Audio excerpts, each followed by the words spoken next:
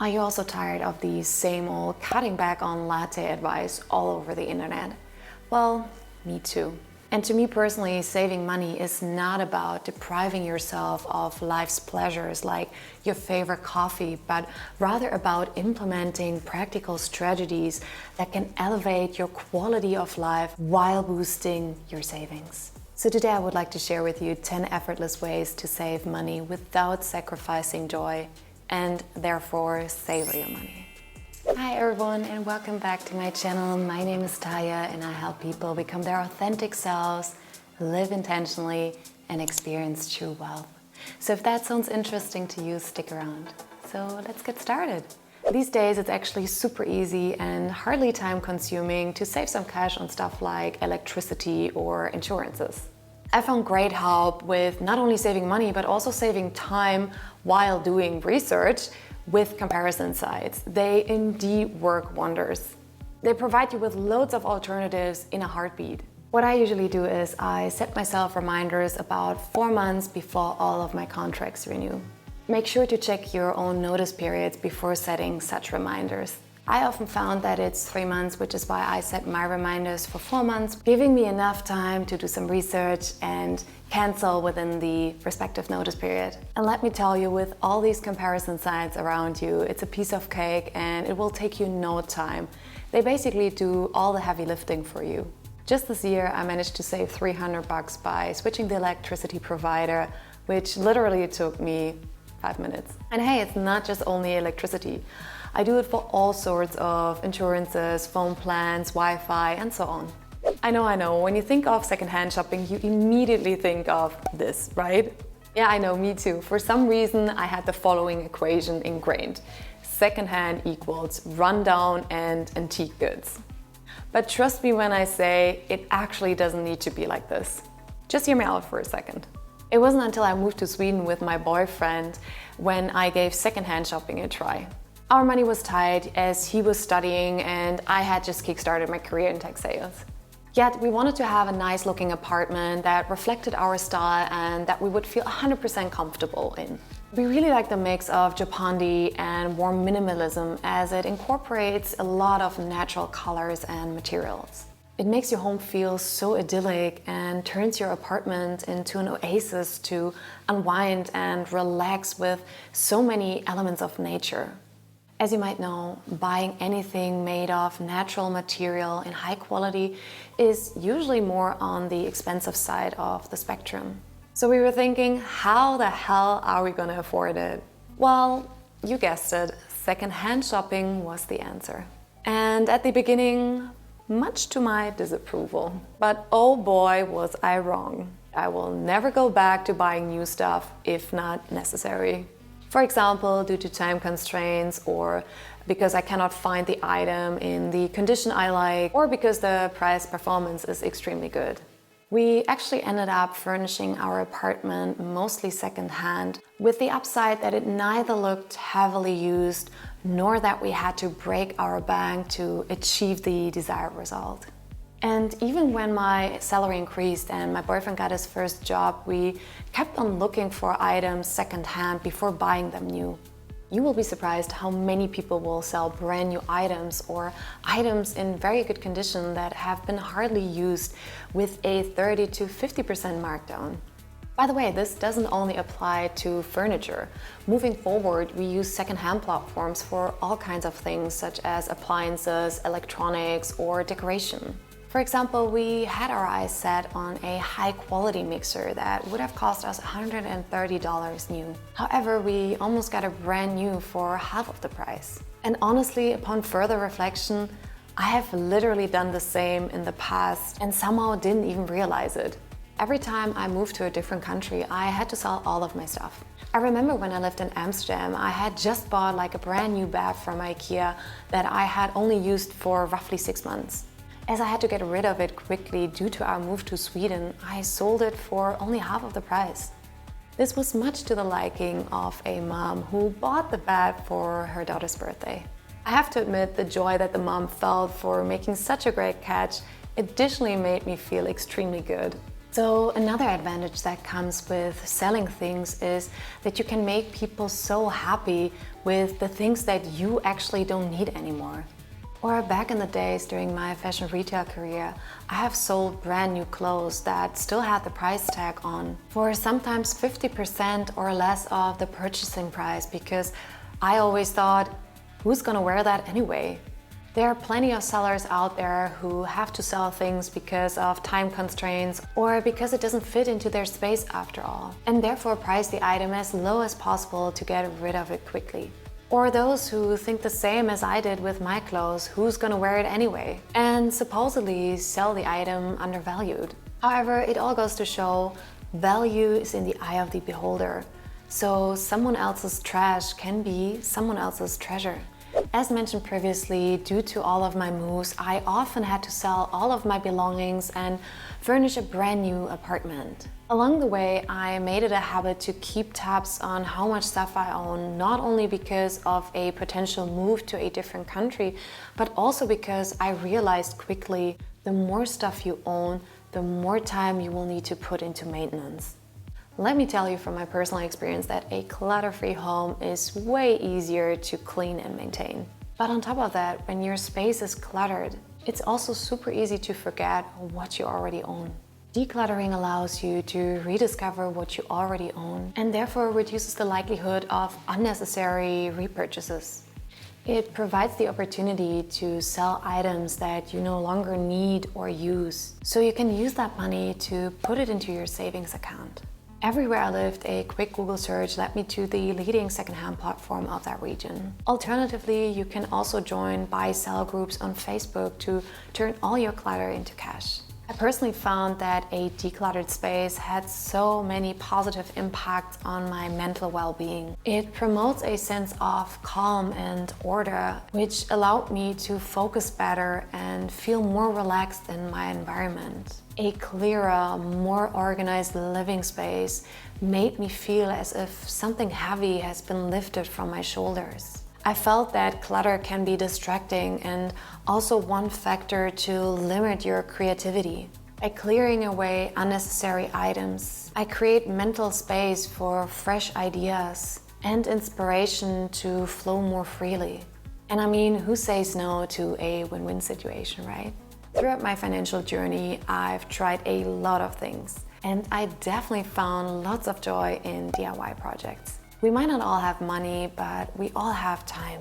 However, I also try to find balance with this one. It should be fun and feel like experimenting and learning rather than a chore. I really appreciate craftsmanship or the expertise of a professional, as well as the convenience of buying pre-made things. So a great starting point for me was to think about the following. What do I consume or use in high quantity? Besides rent and utilities, what makes a large part of my expenses? You can apply these questions to all sorts of things like cosmetics, food, drinks, and so on. I knew that saving a buck or two would really move the needle, as the high quantity of items I buy would immediately translate to higher savings. But not only that, I also thought about things like home decoration, clothes, home repairs, or gardening. When it came to food and drinks, for me personally, it was coffee, jam, and cooking at home instead of takeout. If you cook at home once and divide it into portions, you'll save time and money compared to buying takeout all the time. Also, I used to spend almost double the money on sugar-free jam. At some point, I wondered if I could decrease the costs by just making it myself. After Googling a recipe, which took me 2 minutes, I found an easy recipe and made 5 glasses of sugar-free jam, costing me half of the price of what I would usually pay at supermarkets. Another personal example is my deep love for lattes. If you really like coffee, getting a good coffee machine with a milk frother can save you so much money. Even though it might cost you a bit upfront, you can make fancy drinks like lattes and cappuccinos without spending extra. Let me tell you, as a renowned loyal coffee shop customer, switching from going to coffee shops to having my own coffee machine and milk frother made all the difference. Especially when going back to the initial question of what do you consume in high quantity? A latte with coconut milk cost me on average $6 at Espresso House, a Swedish coffee shop brand I would go to very often. Multiply that by 6, the amount of days I would go on average, and you end up with weekly costs of $42. The machine I invested in cost me upfront $150. I actually scored it online 30% off during a special promotion. As you can see, the upfront costs I already gained back roughly through not going to Espresso House for 3 weeks. And by the way, I'm not always an all or nothing girl. I personally think balance is key. So I still enjoy my coffee at Espresso House or any other coffee shop. However, the frequency is now more a once in a while rather than daily. Since I only machine every evening, I'm looking forward to my coconut latte in the morning. Ultimately, I came to the realization I can treat myself every morning the same way as if I was going to Espresso House, with the additional bonus of saving a ton of money. With all these subscription services out there these days, it's easy to spend a lot without even noticing. Take a good look at all the subscriptions that you have and think about which ones you really use. Canceling ones you don't need can save you money each month, which you can put towards other things. Also, see if you can bundle services together or share them with family to save even more. Being careful with your subscriptions means you won't waste money on things you don't really need. What I always do as a natural part when I sign up for a subscription, I set myself 2 reminders for 2 months from now and 3 months from now to evaluate how much I make use of the subscription. If I haven't used it, I cancel it right away and only subscribe again when I really need it. And before subscribing, I would obviously repeat the process of setting reminders again. Setting reminders for subscriptions has really helped me to not forget about any unused subscriptions and saved me a lot of money. It's often these small things that actually make a difference. Obviously, a subscription of $4.99 sounds so low to not even care about it. However, let's say you have 5 of those. You already end up at $24.95 monthly. It is the sum of these small things that adds up to a big chunk of your spending. While investing in quality pieces for a capsule wardrobe may seem expensive initially, it can actually save you a lot of money in the long run. Instead of constantly buying trendy items that quickly go out of style or cheaply made clothes that need frequent replacing, you can focus on timeless, durable pieces that last longer. The first time I realized the advantages of a capsule wardrobe was actually by coincidence. And since then, I never want to go back. I had just moved to the US to do a semester abroad. And as you may know, you don't have that much space in one suitcase to take your entire attire with you. At least I didn't. Therefore, my choice of clothing was quite limited. I did keep on shopping for a few items to complement my wardrobe a bit. However, I didn't have access to my closet with all of my stuff at home. And you know what? I actually realized I don't need it. Every single piece I owned in the US, I absolutely love wearing. I love repeating my outfits because they would make me feel incredibly good, like a celebrity on the red carpet. I went so far that when I came back, I decluttered my entire closet and got rid of almost 60% of the clothes that I owned. These days, I really focus on quality pieces that I get a lot of wear out of and that I fully enjoy wearing, making me feel so much more confident. And trust me, you can still get plenty of outfit combinations out of a capsule wardrobe, with a byproduct of being super fashionable and saving money in the long run. Which is also a great segue to my next point. So you've probably experienced it yourself, at least I have. Sometimes we just get tempted by these big sales where everything seems so cheap, right? Well, it's easy to think that we get a great deal by buying a bunch of stuff. But sometimes it's better to think about quality rather than quantity. It might be smarter to buy fewer things, but things that are really well made, rather than a lot of cheaper stuff that might not last that long. Think about it like this. Let's say you need a new pair of shoes. You could buy a cheap pair that might fall apart in a few months. Or you could save up more and get a really good pair that will last you years. Even though the cheaper ones seem like a great deal at first, in the long run, you'll end up spending more money replacing them over and over again. This idea applies to all kinds of things like furniture, clothes, electronics, pretty much anything you buy. So next time you're shopping, try to focus on getting fewer things, but ones that are really well made. Sure, it might cost you a bit more upfront, but in the end you'll save money because you don't have to keep buying replacements. Plus you'll have stuff that you really love and that will last you a long time, which is always a win. There's a saying that goes, buy cheap, buy twice. And honestly, I think there's so much truth to it. And speaking of quality over quantity, we all know no matter how good the quality of an item is, it's natural that things can break at some point when they are heavily used. The time span of when this will happen will be longer for high quality items and probably also less frequently. But just because it's high quality doesn't mean it's unbreakable. And when it does break, it just seems so easy to buy a new one. However, sometimes fixing it can be cheaper actually and better for the environment.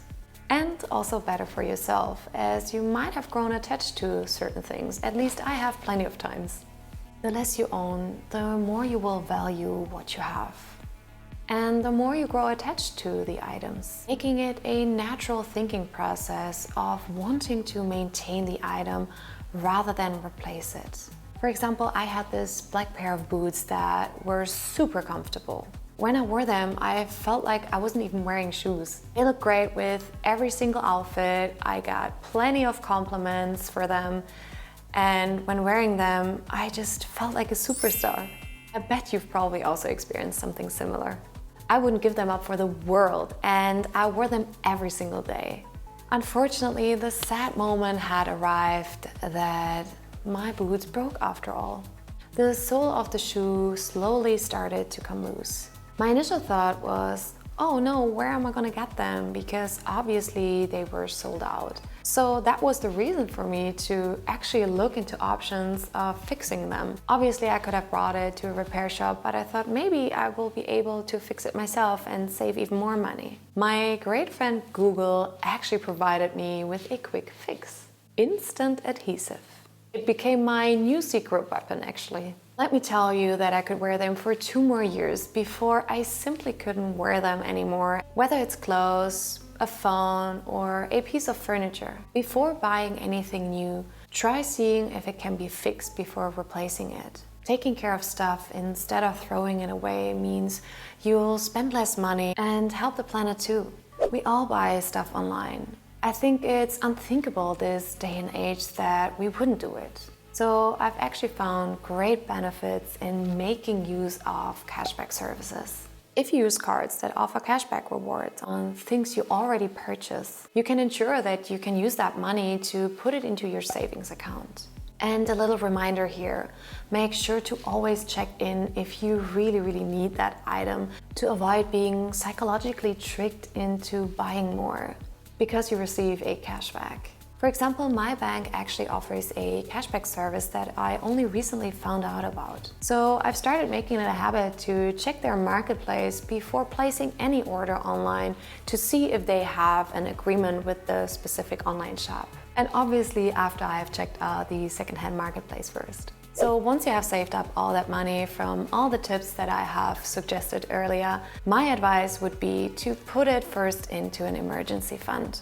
Building an emergency fund to cover unexpected expenses and avoid going into debt has truly been a game changer for me. When it comes to the amount to save, experts generally recommend having 3 to 6 months worth of expenses. However, for some people that might not be feasible.